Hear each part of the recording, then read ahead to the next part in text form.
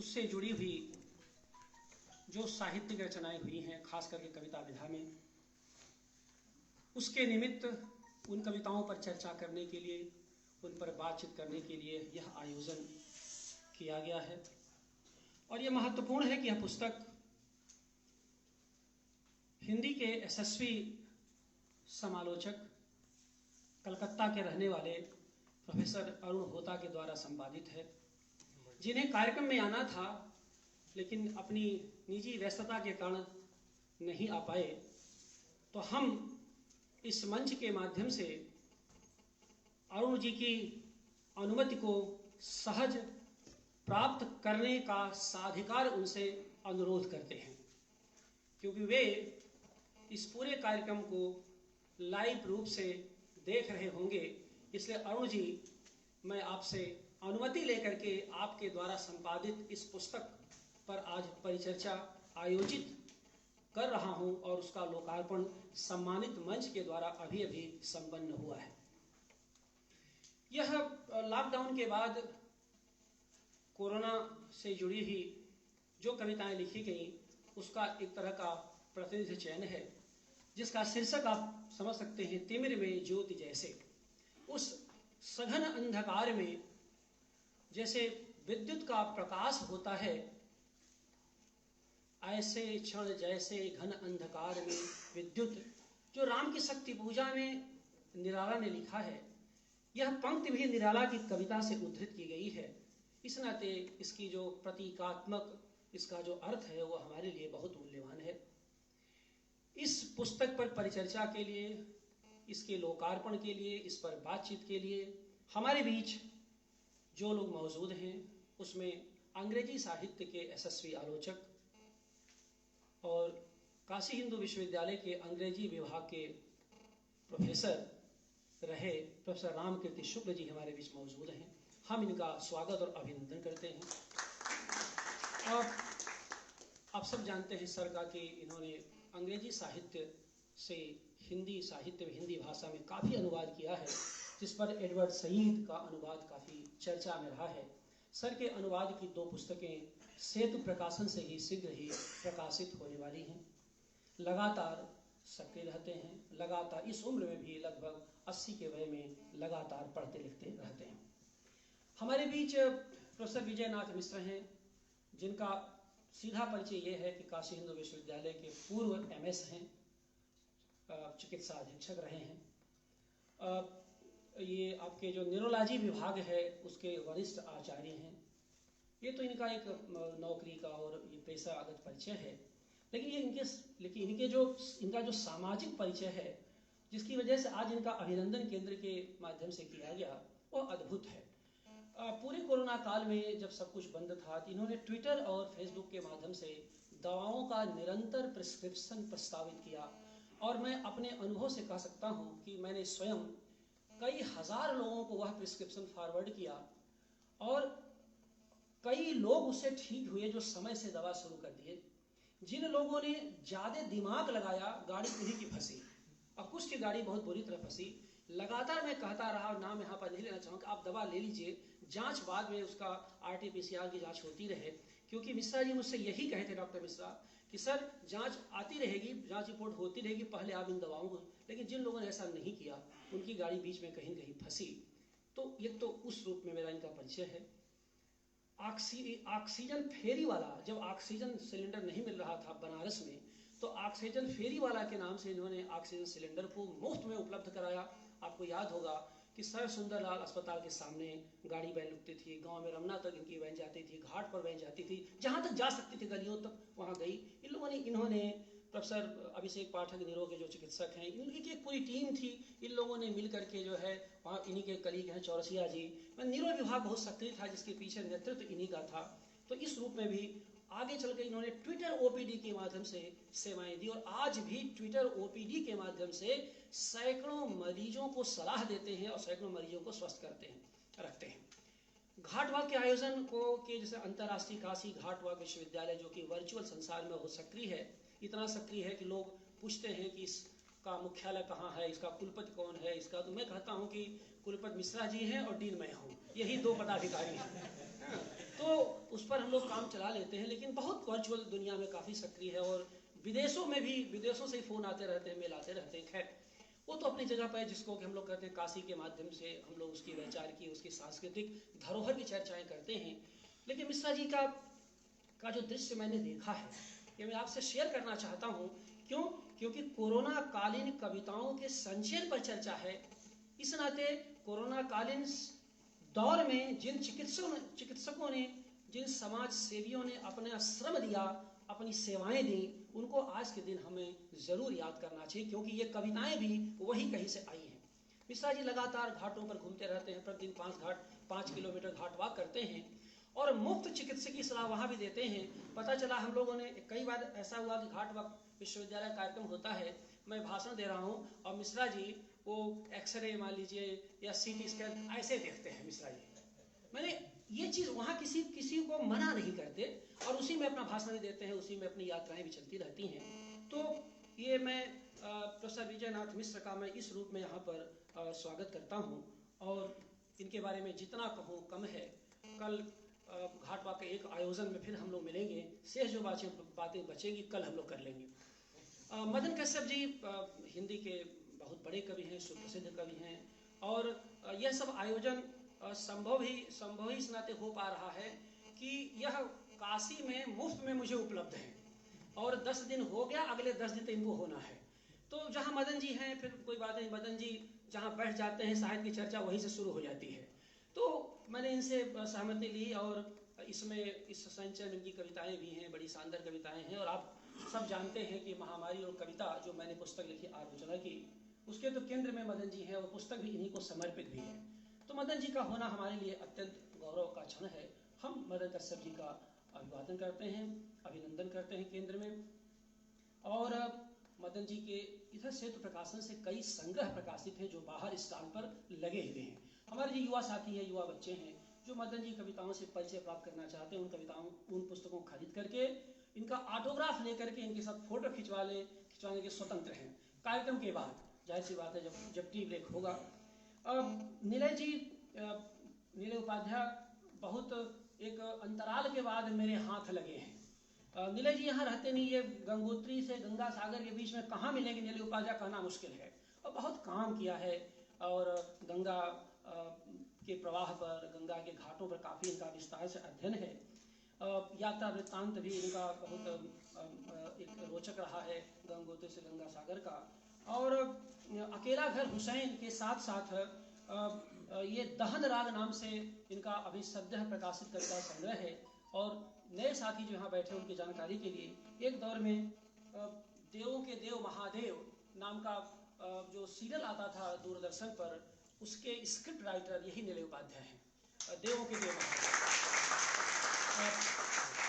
तो मैं इनका स्वागत करता हूँ। और विंध्याचल युवा आलोचक हैं, आप जानते हैं, बड़े तेजस्वी हैं, प्रखर हैं और मेरे तो सीधे शिष्य हैं। और मैं इससे बड़ा गौरव क्या हो कि भाई शिष्यों की एक लंबी परंपरा में यहाँ देख रहा हूँ कई शिष्य आगे बैठे हुए, आऊँगा, सब शिष्य ही हैं। तो जिसे कहते हैं कि मुझसा सौभाग्यशाली कौन होगा जो शिष्यों की इतनी परंपरा है कि लंबी परंपरा, और आगे पता नहीं यहाँ से जितने बैठे हैं सब मेरे शिष्य ही हैं। तो ये सब है और ये जो भी हम लोगों ने दिया अब वह विंध्याचल के माध्यम से आप तक पहुँचेगा, फिर आपके माध्यम से आगे पीढ़ियों तक पहुँचेगा। तो मैं विंध्याचल का इस मंच से स्वागत करता हूँ, इन्हें अपना स्नेहाशीष देता हूँ। अमरजीत राम बड़े चर्चित युवा कवि हैं, कब इलाहाबाद में रहते हैं, कब बनारस में रहते हैं, पता ही नहीं चलता है। और ये मुझसे लोग कहते हैं कि आखिरकार ये क्यों नहीं आप इनको बनारसे में बुला लेते, काहे को ये इलाहाबाद में हैं। तो ईश्वर शरण डिग्री कॉलेज में असिस्टेंट प्रोफेसर हैं, लेकिन परिवार बनारस में रहता है, तो जब मौका पाते भाग आते हैं यहाँ पर। तो ये अमरजीत की कविताएं भी इस संकलन में संकलित हैं। मैं इनका भी स्वागत और अभिनंदन करता हूँ। सामने बैठे हुए हमारे विभाग के कई यशस्वी प्राध्यापक हैं जो बिल्कुल जिसे कहते हैं कि असिस्टेंट प्रोफेसर के पद पर पिछले वर्ष से नियुक्त हुए हैं। सामने सत्यप्रकाश सिंह जी बैठे हुए हैं, उनके बगल में रवि शोनकर हैं, उनके बगल में उर्दू विभाग के ऋषि नारायण शर्मा हैं, जो मेरे भोजपुरी अध्ययन केंद्र के भी एडजंक्ट फैकल्टी हैं। डॉक्टर विवेक सिंह हैं, जो हिंदी भाग में इन्हीं लोगों के बैच के आए हैं, असिस्टेंट प्रोफेसर हैं। डॉक्टर नीलम हैं, बड़ी मधुर भाषा में मधुर भाव से अभी चंपा जी पुस्तक का लोकार्पण समारोह का संचालन किया इन्होंने। और बाकी जो हमारे यहाँ पर युवा साथी मीडिया से जुड़े हुए अवनीश पांडे और तमाम लोग हैं, मैं सबका स्वागत अभिनंदन करता हूँ। सबसे बड़ी बात है हमारी छात्र और छात्राएँ जो 60 नोटिस पर, हमारे यहाँ शैलेश तिवारी बैठे हुए हैं, वाचस्पति उपाध्याय बैठे हुए हैं, कहीं पराग जी मुझे बाहर मिले थे, किताब देख रहे थे, पराग जी इसमें दिख नहीं रहे हैं। तो आप सबका एक बार मैं अभिवादन करता हूँ, अभिनंदन करता हूँ। और आपकी वजह से यह कार्यक्रम इतने सुगमता से संपन्न हो पाता है, इसके लिए मैं ताज़िंदगी आपका कृतज्ञ रहूँगा। क्योंकि अगर हमारे छात्र और छात्राएँ नहीं होंगे तो फिर किन के लिए आयोजन और किन से आयोजन। अब जहाँ तक है तो हमारे जो इतना सुंदर पैनल वक्ताओं के यहाँ पर है, जो बैठा हुआ है वह अपनी बात करेगा और अपनी बात रखेगा, उसकी चर्चा मैं विस्तार से बहुत नहीं करूँगा। लेकिन कुछ बातें मैं इस त्रिवेर में ज्योति के जो संचयन है इस पर मैं करना चाहता हूँ। जैसे देखिए, मैंने पहले कहा कि शीर्षक से ही स्पष्ट है कि हम प्रकाशोन्मुख हैं। यह पूरा के पूरा जो संचयन है प्रकाशोन्मुख संचयन है, कविता का प्रकाशोन्मुख संचयन है, जो अंधकार की विविध परतों को छीलता हुआ प्रकाश की ओर उन्मुख होता है। तो इस रूप में इस संकलन को मैं याद करता हूँ, इस नाते कि देखिए, अंधकार हमेशा से ठहरा रहता है, प्रकाश हमेशा से गतिशील रहता है। जहाँ गति होती है वहीं प्रगति होती है, जहाँ चल होता है वहीं हलचल होती है। तो यानी चल का होना, गति का होना, दोनों हलचल और प्रगति के होने से निर्धारित होता है। यह जो संग्रह है यह कोरोना कालीन कविताओं का ऐसा ही संचयन है जिसमें हलचल भी है, प्रगति भी है और मिला करके कुल मिला जुला के गति तो है ही, जो प्रकाशोन्मुख गति है। और ऐसा इस नाते मैं कह रहा हूँ कि जब इस विविध लेखों 43 कवि इसमें संकलित हैं, 43 कवियों की लगभग 300 कविताओं का यह संचयन तैयार हुआ है।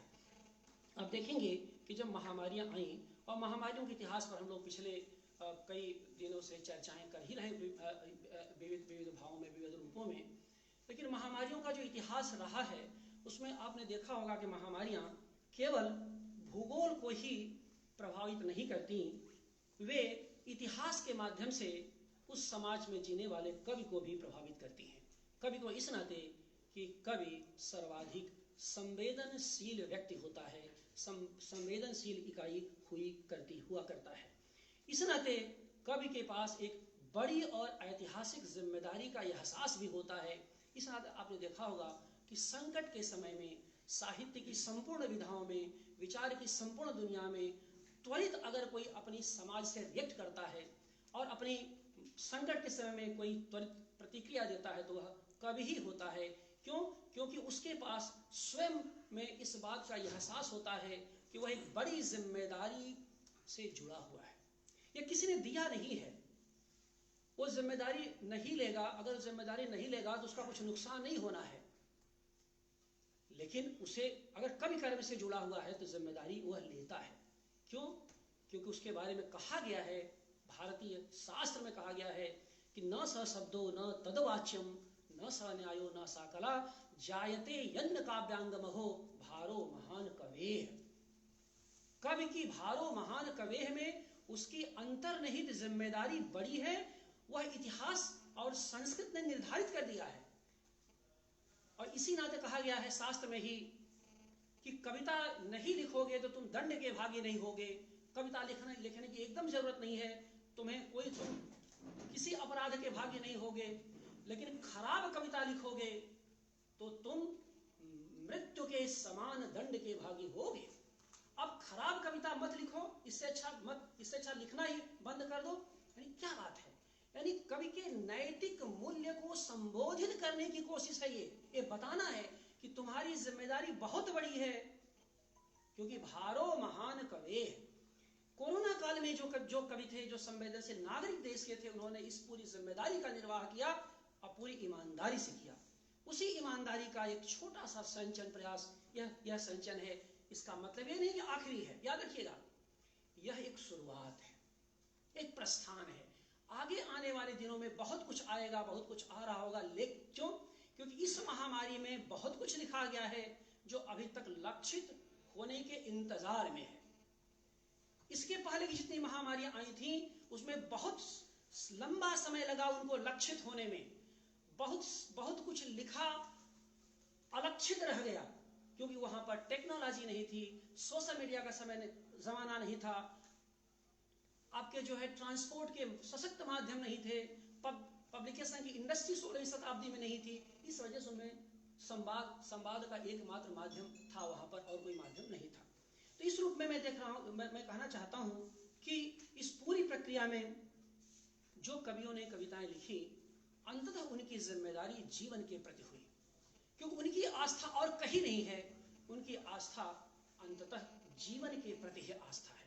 इसलिए हर कवि ने अपने काव्यत्व बोध के माध्यम से जीवन को बचाने की कोशिश की है, और जीवन से गहराई से जुड़ करके जीवन को जितना कवियों ने बचाया अपनी रचनाओं के माध्यम से, उतना किसी ने नहीं बचाया है।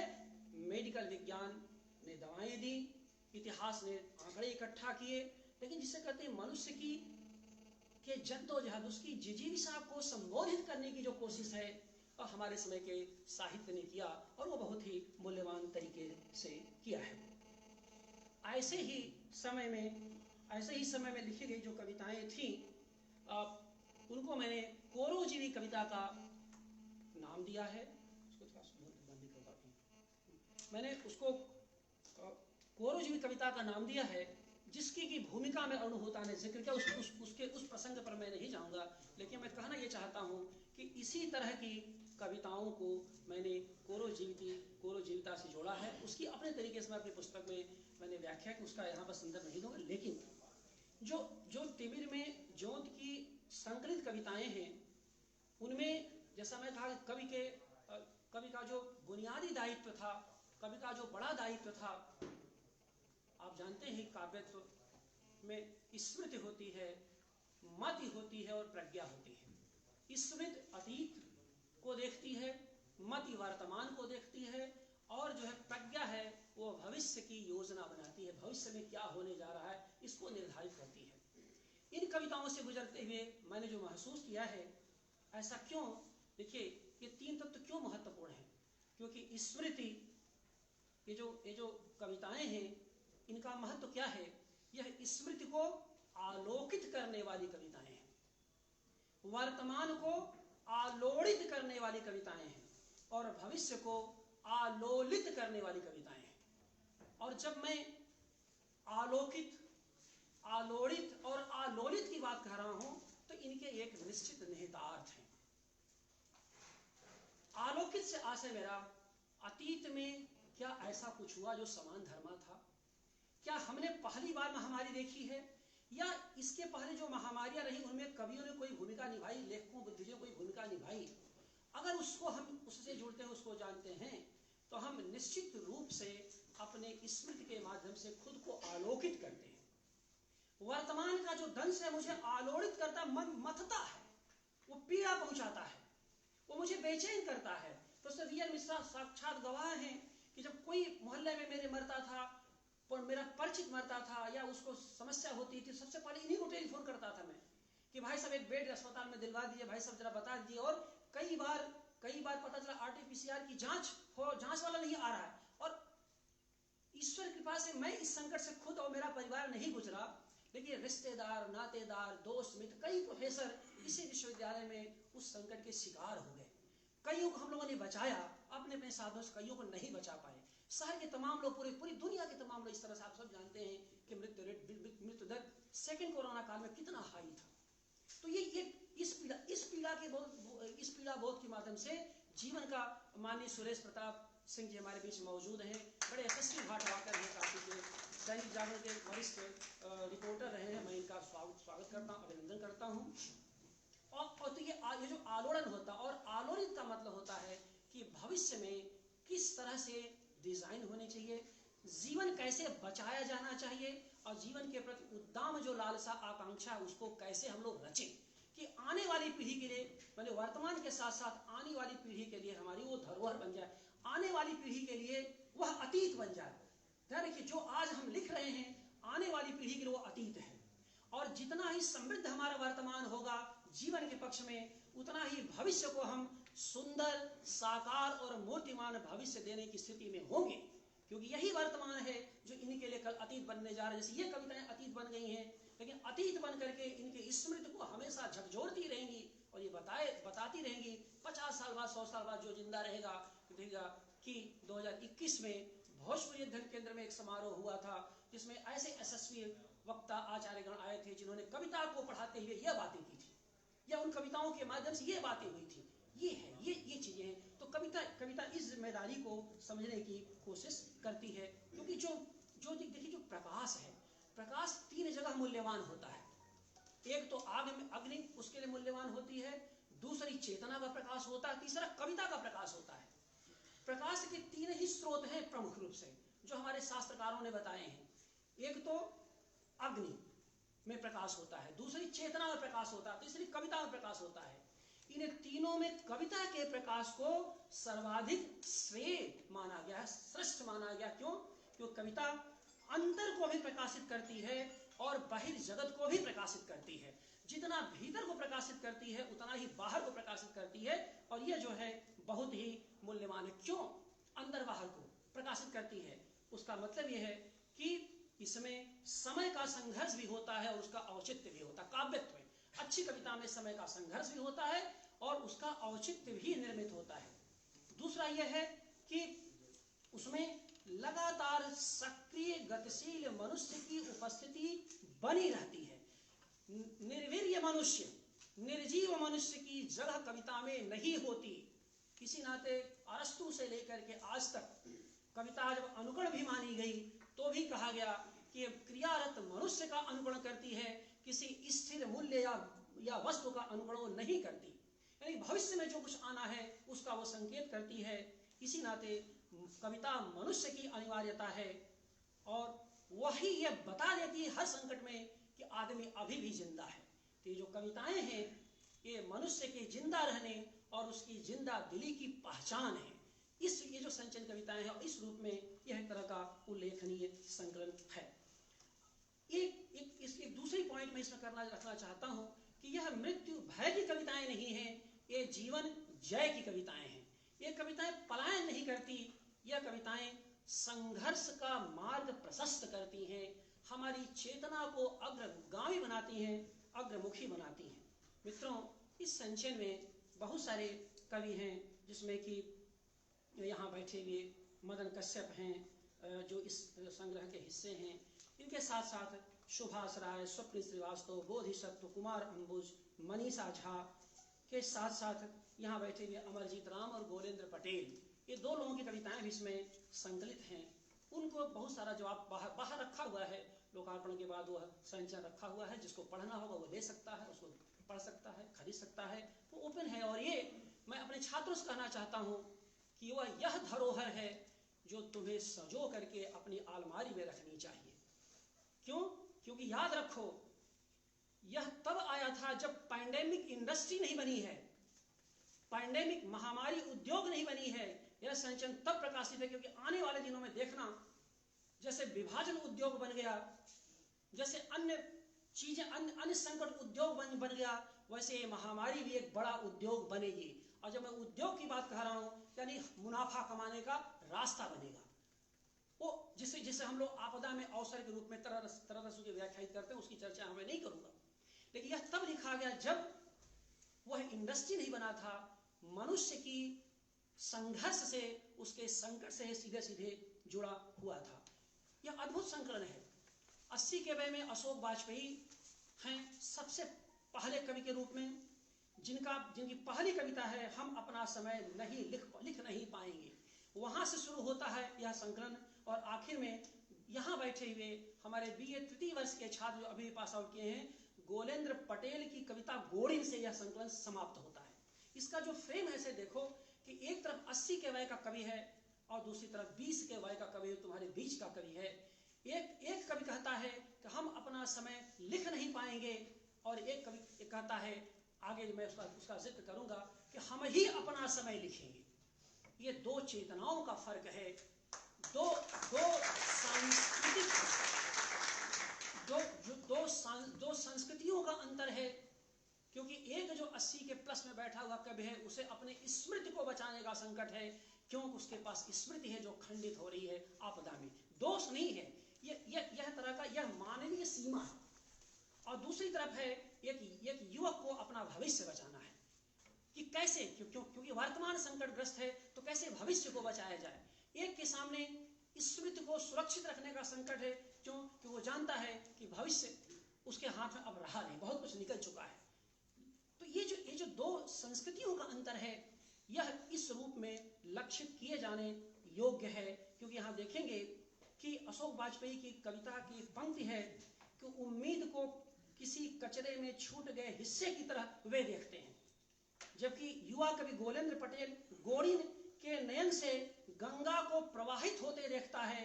एक पथराई उम्मीदों के विरुद्ध इस कोरोना समय में, एक कविता का वाक्य है, एक पथराई उम्मीदों के विरुद्ध, उम्मीदें हैं, पथराई हैं, पथराई उम्मीदों के विरुद्ध ये कवि जा रहा है इस कोरोना समय में। एक कह रहा है कि उम्मीद किसी कचरे में छूट गए हिस्से की तरह है, और दूसरा कह रहा है कि मैं इस कोरोना समय में पथराई हुई उम्मीदों के खिलाफ संघर्ष करूंगा। अंतर आप देखिए कितना फर्क है।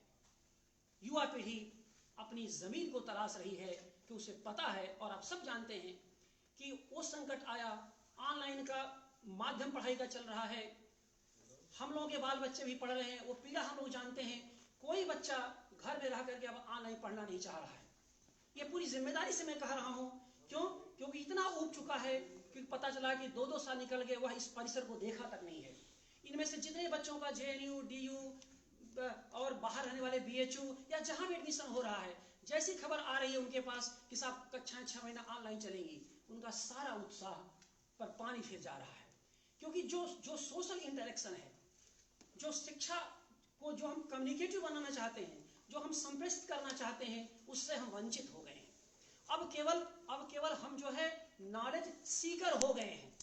हम नॉलेज को स्टोर कीपर के माध्यम से काम करना चाहते हैं।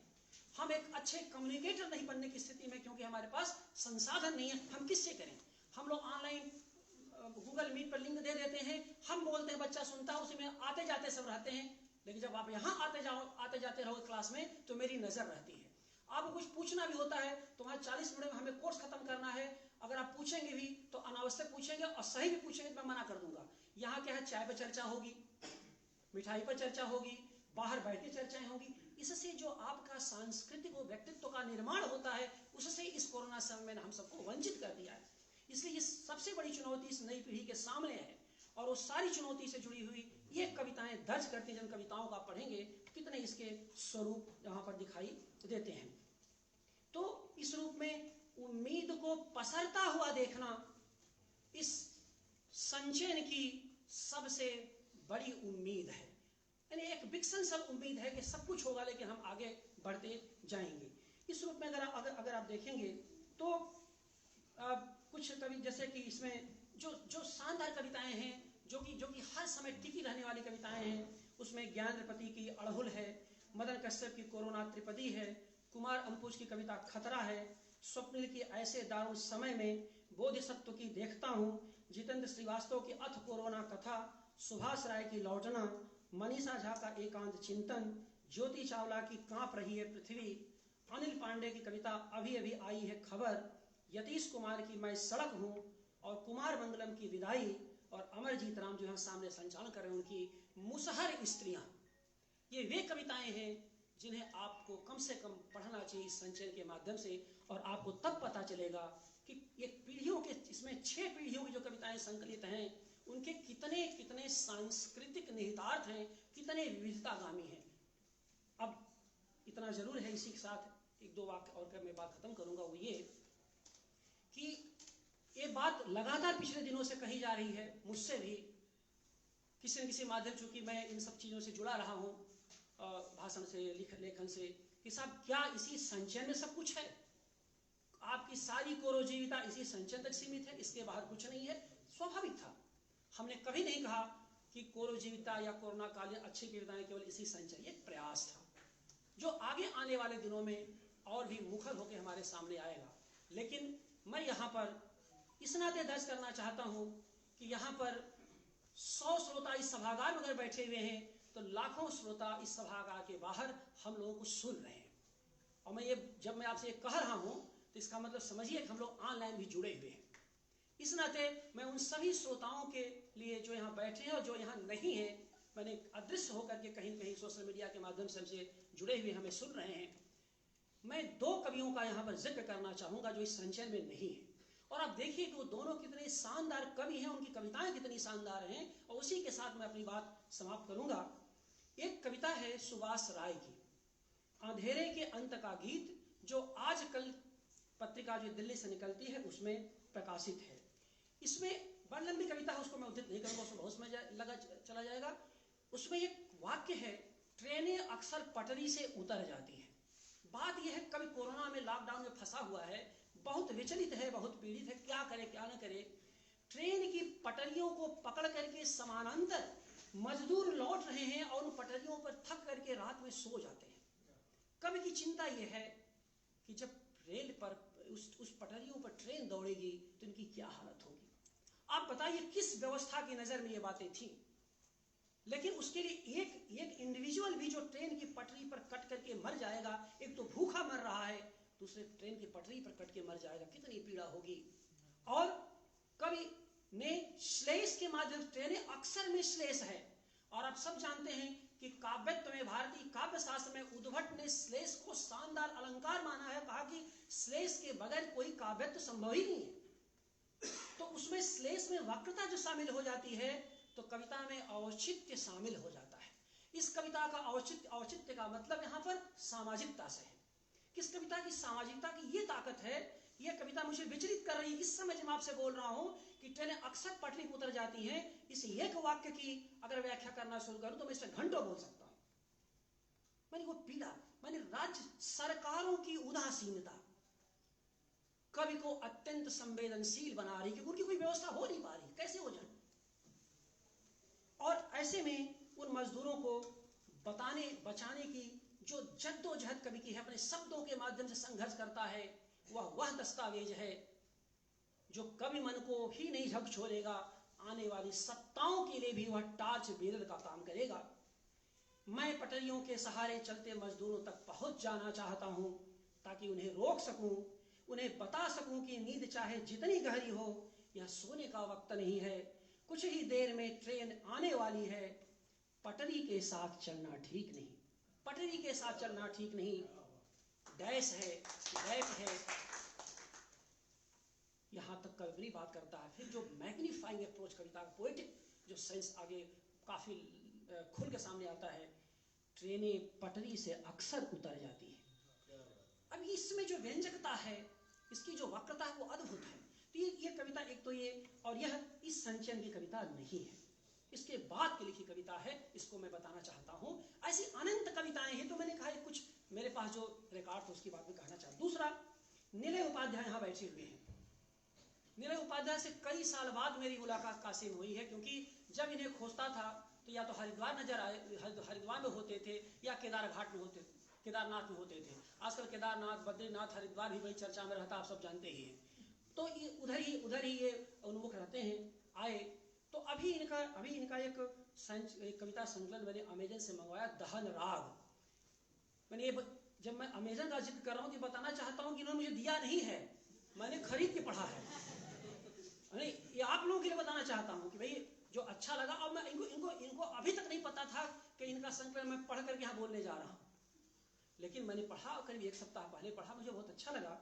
उसमें एक कविता है, उम्मीद के चमत्कार की एक बहुत महत्वपूर्ण कविता है। उसमें शीर्षक है अंधेरा।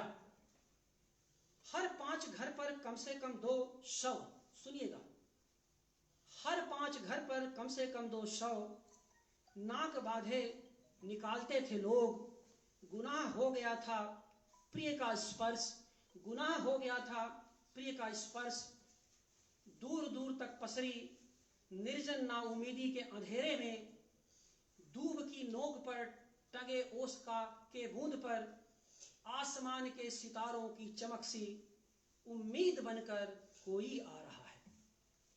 सौ के बीच उम्मीद बनकर किसी के आने की जो आहट है, इसी को मैं कोरोजीविता कहता हूँ। और यह कोरोजीविता केवल 2020-21 से कविताओं में नजर नहीं आती, पूरा इतिहास तलाश लीजिए।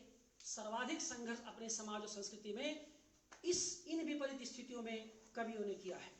जाहिर सी बात है कि दहन राग के अंतर्गत इनका उम्मीद राग से जुड़ी जो कविताएं हैं ये मुझे काफ़ी आह्लादित करती हैं और काफ़ी इसकी प्रेरणा की स्रोत बनती हैं।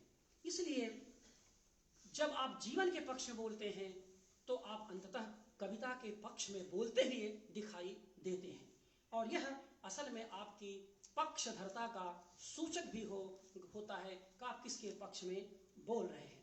मित्रों, आप सब जानते हैं रेणु की एक कहानी है पहलवान की ढोलक। पहलवान की ढोलक में जो लुट्टन पहलवान होता है वो विपरीत बीमारी की स्थिति में भी अपनी ढोलक से गांव को बचाने की कोशिश करता है। मैं बार बार कहता हूं कि जो कविता है उस लुट्टन पहलवान के ढोलक की तरह है। जब तक कविता रहेगी तब तक जीवन रहेगा, तब तक समाज रहेगी, तब तक संस्कृतियां रहेंगी इसी रूप में, और तब तक हमारा भविष्य रहेगा। जाहिर सी बात है कि जब तक जीवन रहेगा तब तक कविता रहेगी, और जब तक कविता रहेगी तब तक जीवन रहेगा। इन्हीं पंक्तियों के साथ मैं आप सबका एक बार अभिनंदन करता हूँ, अभिवादन करता हूँ। बहुत बहुत धन्यवाद।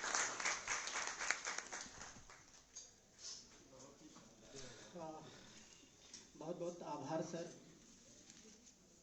आपके इस महत्वपूर्ण स्वागत वक्तव्य और आभार वक्तव्य के लिए हम सब अभिभूत हैं सर, निःशब्द हैं।